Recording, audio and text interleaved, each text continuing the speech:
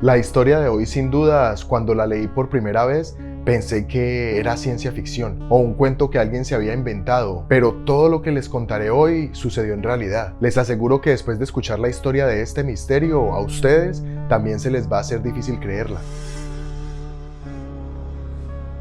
Hoy nos trasladamos al sureste de Estados Unidos, específicamente a la ciudad de San Antonio en el estado de Texas. Aquí vivía Nicholas Barkley, un joven adolescente de 13 años rebelde, problemático, desadaptado que desde temprana edad tuvo inconvenientes con la ley, pues se involucró en pequeños hurtos y para el verano de 1994 ya tenía un récord criminal juvenil extenso. Por esta razón, un juez había citado a la corte a Nicolás el 14 de junio para resolver sus inconvenientes con la ley. Un día antes, el lunes 13 de junio de 1994, la paz y la tranquilidad de la familia Barkley se vio afectada por un inesperado suceso. Nicolás se encontraba jugando básquetbol con sus amigos y después de pasar un rato con ellos terminó el juego e inmediatamente llamó por teléfono a Jason, su hermano mayor, para que lo recogiera. Su hermano contestó y al saber que Nicolás estaba relativamente cerca le dijo: "Vete caminando para la casa, estás muy cerca", y colgaron la llamada. Lo que nadie imaginó es que esa sería la última vez que alguien de la familia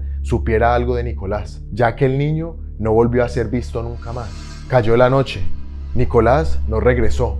Entonces la familia empezó a sospechar de que no se trataba de otra rabieta del adolescente y quizá realmente se había ido y nadie tenía idea hacia dónde. Es así como la policía y otras agencias del área fueron notificadas y empezaron la búsqueda, pero el paradero de Nicolás era incierto. La policía le preguntaba a la madre si el joven tenía algún motivo para escaparse o desaparecer de esa manera. Ella no estaba muy segura y simplemente expresó que quizá Nicolás había desaparecido para no asistir a la corte el día siguiente. Una declaración un tanto extraña, viniendo de su propia madre. Pero como ya sabemos, el joven era muy problemático y quizá sabía que iba a ser llevado a un hogar de niños con problemas. Hasta ese momento, estos argumentos tranquilizaban a la familia, mientras las horas seguían pasando y ellos impacientes esperaban el momento en que el joven tocara la puerta. Además, pensaron que no sería difícil encontrarlo, ya que la manera en cómo estaba vestido era bastante llamativa. El día de su desaparición,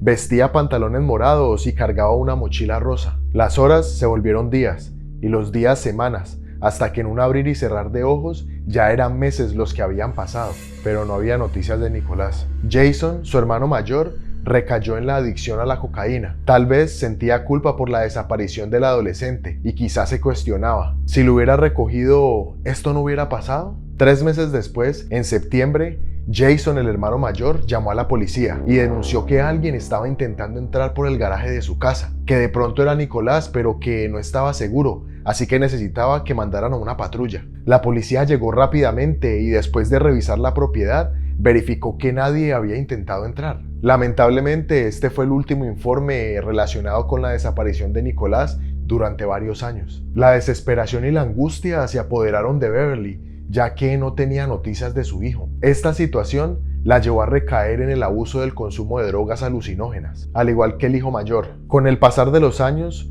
cualquier esperanza de encontrarlo con vida se esfumaba. Pero lo inesperado ocurrió.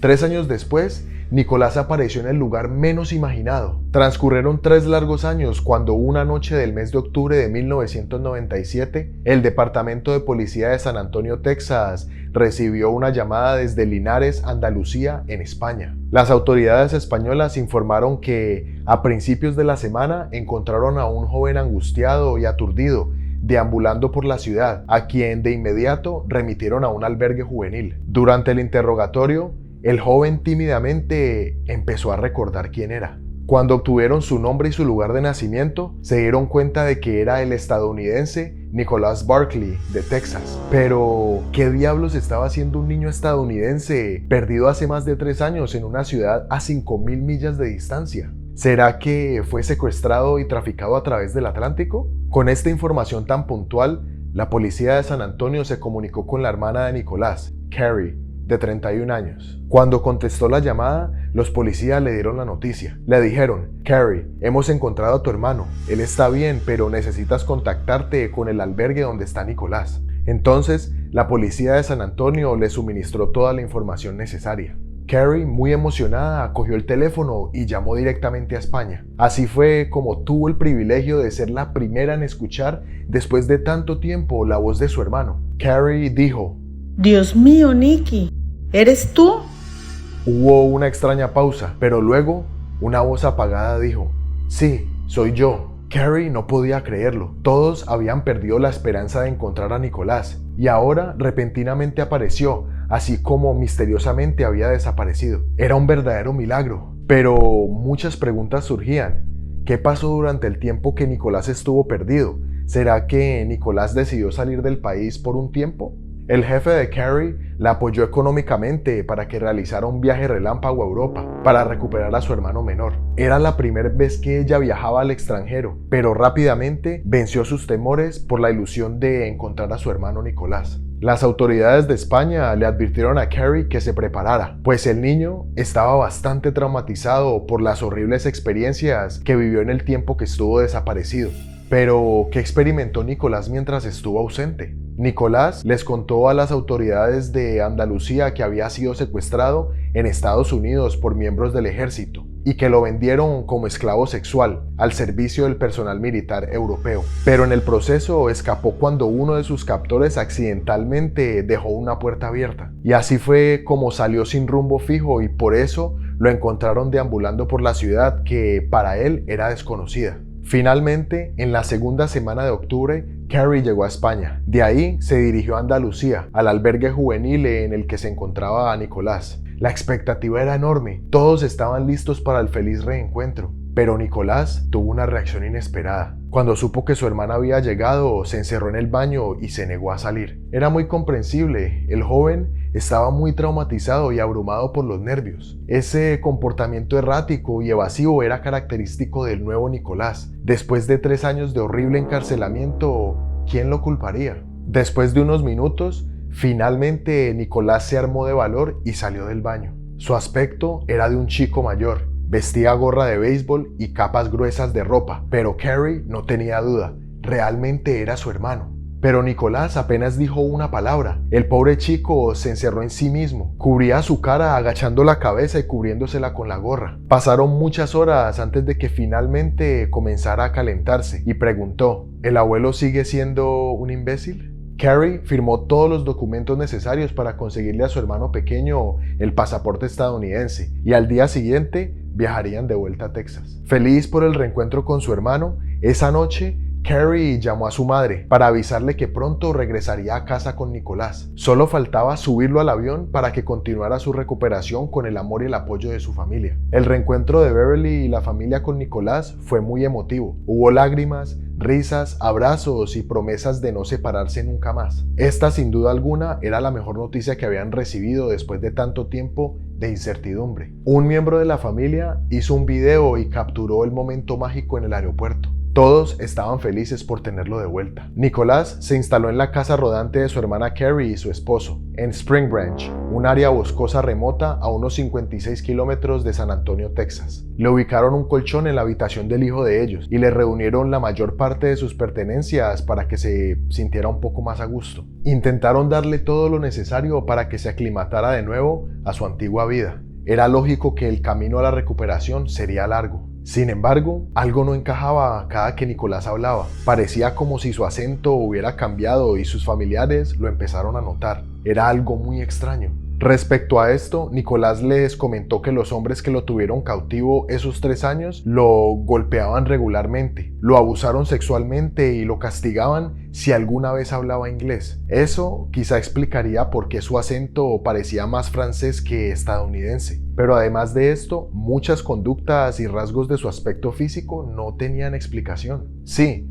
este adolescente provenía de un estado el cual su acento es muy característico. Y en cuestión de 3 años, no solo su acento, sino también cómo se expresaba se asemejaban más a los europeos. Pero su familia intentaba creer la historia de su hijo y darle esa explicación. Tal vez, al ser obligado a hablar otro idioma durante 3 largos años, lo hizo cambiar. Nicolás continuó diciendo que los secuestradores no solo lo habían despojado de su idioma e identidad, sino que también lo sometieron a experimentos médicos. Gotearon químicos en sus ojos que terminaron tiñéndolos de azul brillantes a marrón oscuro. eran unos actos horribles. Estos experimentos también explicaron la ligera diferencia en el color del cabello, ya que cuando su cabello decolorado comenzó a crecer, las raíces de Nicolás aparecieron de color marrón oscuro, en lugar del rubio brillante que solía tener. Para que superara sus traumas emocionales, Nicolás recibió tratamiento psiquiátrico mientras se aclimataba a su vida estadounidense. A un mes de su regreso, el joven ya tenía un nuevo grupo de amigos e incluso se enamoró de una chica de su clase. Estaba muy juicioso con las tareas e incluso se unió a la familia en la iglesia los domingos. La noticia del regreso de Nicolás se coló a los medios de comunicación. Es así como Hard Copy, un programa de investigación, decidió programar una entrevista con Nicolás y su familia para que contaran la experiencia de la desaparición y el feliz reencuentro. Además, los productores del programa decidieron contratar a un investigador privado para intentar esclarecer más todo lo sucedido en este caso. El día de la entrevista, todos escuchaban con asombro las anécdotas de Nicolás y los crímenes atroces a los que fue sometido. Pero todo era casi increíble y el detective privado Parker no estaba convencido de lo que oía. Él notaba muchas diferencias entre Nicolás y la persona que se presentaba como el niño perdido hacía tanto tiempo. Mientras transcurría la entrevista, el detective miraba a su alrededor y notó cómo en la pared había una foto del niño Nicolás en la que tenía los ojos azules y los de la persona que estaba enfrente de él en ese momento eran cafés. Parker sentía que algo no estaba bien y después de pensarlo mucho se le ocurrió tomar detalles muy precisos del rostro del supuesto Nicolás. Se dirigió a uno de los camarógrafos y le dijo: haz un zoom en las orejas, acércalas lo más que puedas. El camarógrafo lo miró un poco confundido, pero finalmente accedió a la extraña solicitud del detective. Después de terminada la entrevista, Parker se dirigió a su oficina deprisa, con una foto de Nicolás que había guardado en su bolsillo. Una vez enfrente de su computador, subió la foto de Nicolás y la puso al lado de la imagen de la persona que estaba siendo entrevistada. Después, decidió hacer zoom lo más que pudo. Tal como lo sospechaba, las orejas del chico de la entrevista no coincidían con las de Nicolás. El hallazgo de Parker parecía ser certero, ya que la forma particular de las orejas de cada persona es tan única como sus huellas dactilares. Entonces, cuando el investigador privado miró las dos imágenes, una al lado de la otra, se convenció de que no eran la misma persona. Pero esto no paraba aquí. Parker no fue el único que dudó de la identidad de Nicolás. El psiquiatra del chico también expresó su confusión. Era muy extraño que no pudiera dejar su acento francés y que fuera incapaz de retomar su acento tejano. El doctor sabía que, sin importar cuánto tiempo lo obligaron a hablar francés, era inconcebible que Nicolás perdiera la capacidad de hablar de la forma en la que lo hizo durante sus primeros 13 años de vida. Además, a la sospecha se sumó el tío del niño, que pensó lo mismo. Él también sentía que algo estaba muy mal en esta nueva versión de su sobrino. Pero Beverly, la madre del adolescente, lo defendió de las insinuaciones. Cuando su hermano intentó hacerle ver esto a Beverly, diciéndole: mira las diferencias que hay entre ellos, ella le respondió: el pobre niño ha pasado por tanto y ahora incluso su propio tío lo rechaza. El investigador Parker no estaba tranquilo. En cuanto más descubría cosas extrañas en Nicolás, más se perturbaba y pensaba: si este no es Nicolás, ¿quién es entonces? De repente, el detective empezó a sacar conclusiones. El acento francés con una ligera punzada norteafricana, la infiltración a una familia estadounidense. Este no era un niño común, era un terrorista. Parker estaba desconcertado. El psiquiatra del niño se había comunicado con él y le comentó sus preocupaciones acerca de la conducta de Nicolás. No era normal. La salud mental de Nicolás parecía desmoronarse. Dejó de asistir a la escuela y en diciembre robó el auto de su hermana Carrie y se fue de paseo a Oklahoma mientras escuchaba música de Michael Jackson. Mientras tanto, el detective quería resolver esto lo más pronto posible, así que se comunicó con el FBI para que lo ayudaran a resolver el misterio del secuestro y la aparición del joven que para él no estaban claros. Teniendo en cuenta la solicitud del detective, el FBI designó a la investigadora Nancy Fisher, quien había entrevistado a Nicolás poco después de su regreso. Para ella, la historia de que quizás se tratara de un conspirador militar terrorista internacional era un poco descabellada, lo que la hizo sospechar y le solicitó a la madre de Nicolás que le practicaran una prueba de ADN. Esto causó que la madre enfureciera y les dijo: ¿cómo se atreven a decir que no es mi hijo? Beverly se resistió en todo momento. Estaba aterrorizada de que le quitarían a su hijo. No estaba dispuesta a perderlo de nuevo. Como la solicitud del agente Fisher no fue aceptada, en febrero de 1998 regresó a casa de Nicolás con órdenes federales para tomar huellas dactilares y una muestra de sangre del chico. Pasaron los días, cuando de repente Charlie Parker, el detective, recibió la llamada que esperaba desde hace semanas. Luego de colgar el teléfono, Parker organizó una reunión con el supuesto Nicolás en un restaurante de San Antonio. Mientras se sentaban, el detective le dijo al joven que había hablado con su madre Beverly y que ella estaba muy brava, a lo que el joven de inmediato le respondió: Ella no es mi madre, y tú lo sabes. Y el detective le respondió: ¿me vas a decir quién eres? Nicolás, o la persona que estaba sentada enfrente de Parker, le dijo: Soy Frederick Burgda, y la Interpol me busca.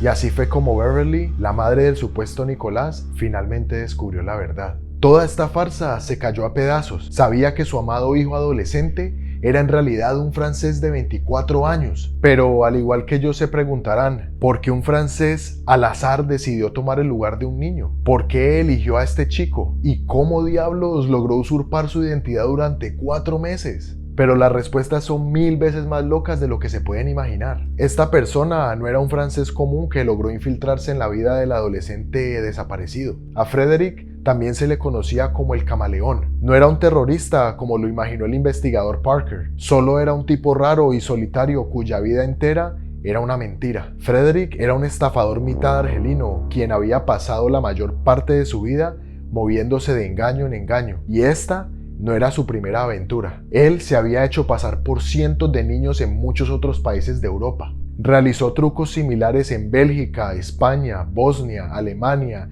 Irlanda, Inglaterra, Italia, Luxemburgo, y si sigo contando todos los países europeos, no acabo este video. Cuando el camaleón asumió la vida de Nicholas Barkley, el número de identidades falsas que había logrado eran de por lo menos 300. Pero lo curioso es que fue la primera vez que eligió a una persona desaparecida real para él reemplazarla. Realmente, el camaleón lo que aparentemente buscaba con desespero era sentirse protegido, amado. Se volvió adicto a la sensación de que lo rescataran del frío y lo cuidaran. Eso está bien hasta los 13 años, pero es extremadamente extraño que lo quisiera hacer siendo un adulto. ¿Por qué Frederick buscaba con desespero esta clase de protección? La explicación a este comportamiento es que, según cuentan, este personaje fue abandonado por su familia. En ese ambiente inestable, carente de amor y cuidados, comenzó a crear vidas de fantasía para llamar la atención. En su adolescencia visitó nuevas ciudades de Europa, fingiendo ser un niño perdido. Resistía en ese papel hasta que lo descubrían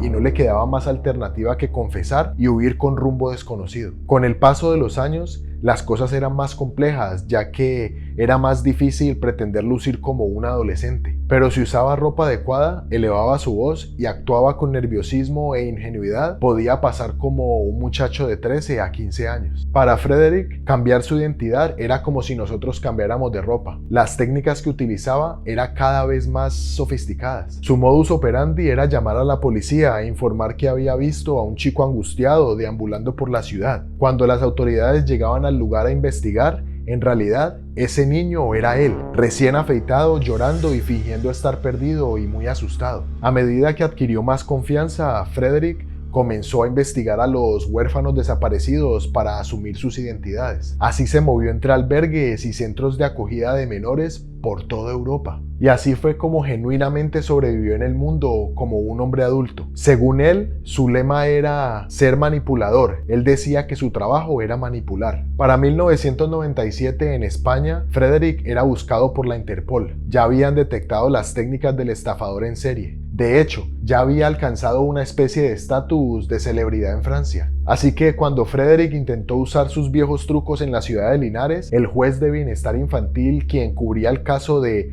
un supuesto niño perdido, no le creyó nada. El juez vio ante él un hombre de 24 años con ropa de niño, como cuando eligen a adultos en un programa de drama en la escuela secundaria. Entonces, cuando este supuesto niño perdido fue encontrado temblando en la plaza del pueblo, se le dio 24 horas para que revelara su identidad o lo llevarían a la estación de policía para que le tomaran las huellas dactilares. Eso sería desastroso para el estafador de 24 años, pues sus huellas estaban archivadas. Entonces no lo pensó dos veces y decidió huir del hogar de jóvenes, pero lo atraparon. El personal del hogar juvenil observaba cada uno de los movimientos de este personaje. Frederick estaba contra la pared, así que se vio obligado a preparar el engaño más atrevido hasta el momento de su historia. Pasó varias horas maquinando su plan. Se le ocurrió la brillante idea de romper sus hábitos, y esta vez decidió que se haría pasar por estadounidense. Esto quizá haría que el juez se inclinara en dejarlo libre, ya que involucrarse con la embajada de Estados Unidos convertiría esto en un problema más grande. Es así como Frederick saltó de la cama del lugar donde estaba retenido y sigilosamente, en puntillas para no ser escuchado, ingresó a la oficina del director. Desde allí llamó al Centro Nacional para Niños Desaparecidos y Explotados del estado de Virginia. Con su mejor acento español,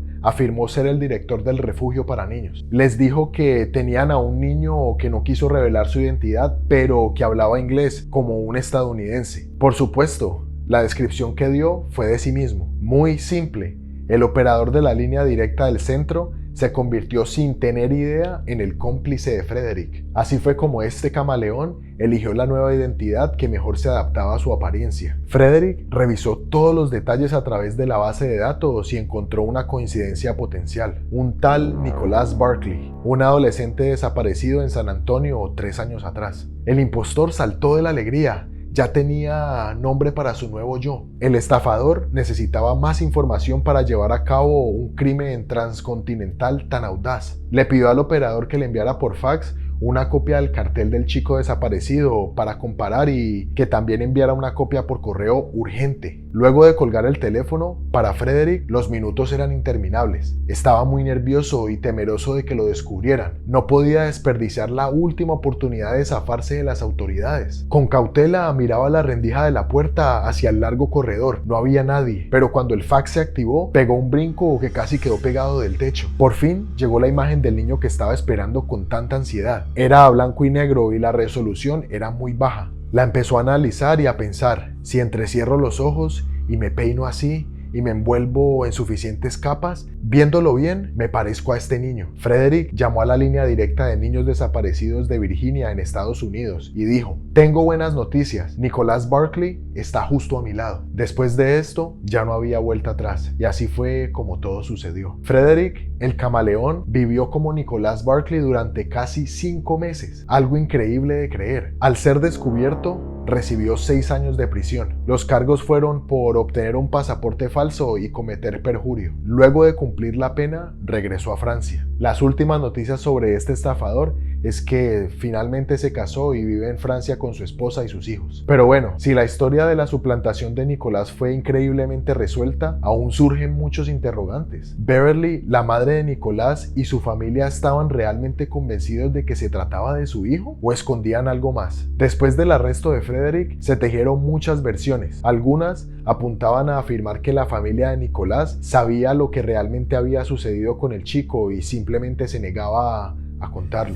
Algunos especularon que Jason, su hermano mayor, lo habría asesinado. Cuando Frederick, el camaleón francés, confesó la suplantación y fue arrestado, les dijo a los agentes que él no creía que el dolor de la familia fuera real. Frederick se cuestionaba por qué la familia lo recibió sin ningún problema sabiendo que no era su hijo biológico. ¿Por qué lo aceptaron con tan buena voluntad? Mientras estaba en prisión, Frederick propuso una teoría bastante inquietante. Él dijo que no estaba haciendo una confesión, ya que el cuerpo de Nicholas nunca había aparecido, pero dijo que creía que algo había sucedido dentro de esa casa, pero no sería fácil de probarlo. La teoría de Frederick era que la familia de Nicholas le quitó la vida, que uno o todos los miembros estaban involucrados y que terminaron adoptándolo a él simplemente por encubrir el crimen. El investigador privado Charlie Parker aceptó la teoría del impostor y desde ese entonces ha trabajado para demostrarla. Parker ha recopilado la evidencia de las investigaciones iniciales, así como otras que se abrieron después del encarcelamiento de Frederick. El detective armó un caso bastante convincente. Afirma que Nicholas Barkley era un chico muy problemático, que se involucraba en situaciones al margen de la ley, era un adolescente incontrolable, que tal vez esta conducta llevó al límite a algún miembro de su familia y acabaron con su vida.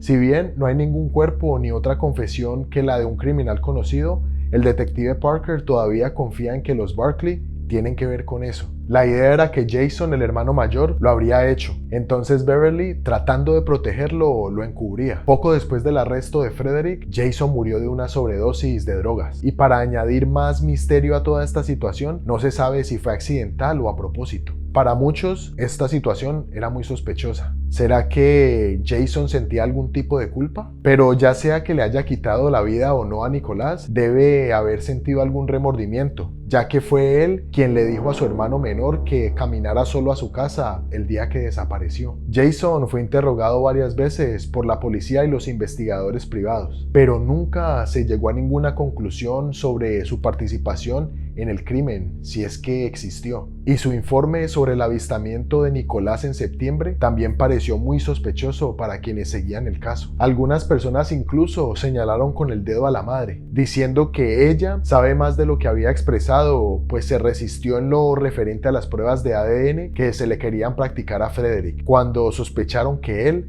no era Nicolás. De otro lado, existe la posibilidad de que ella simplemente lo negara y tuviera el corazón roto. Tal vez ella sabía en el fondo que este adolescente no era su hijo, pero su dolor la hizo creer que era él. Tristemente, hasta la fecha no hay rastro alguno de Nicolás, ni se tiene una teoría exacta de lo que le sucedió al joven. Las autoridades crearon una foto de cómo se vería hoy, casi 30 años después de su misteriosa desaparición, y esperan que esto sea de gran ayuda para la búsqueda de esta persona.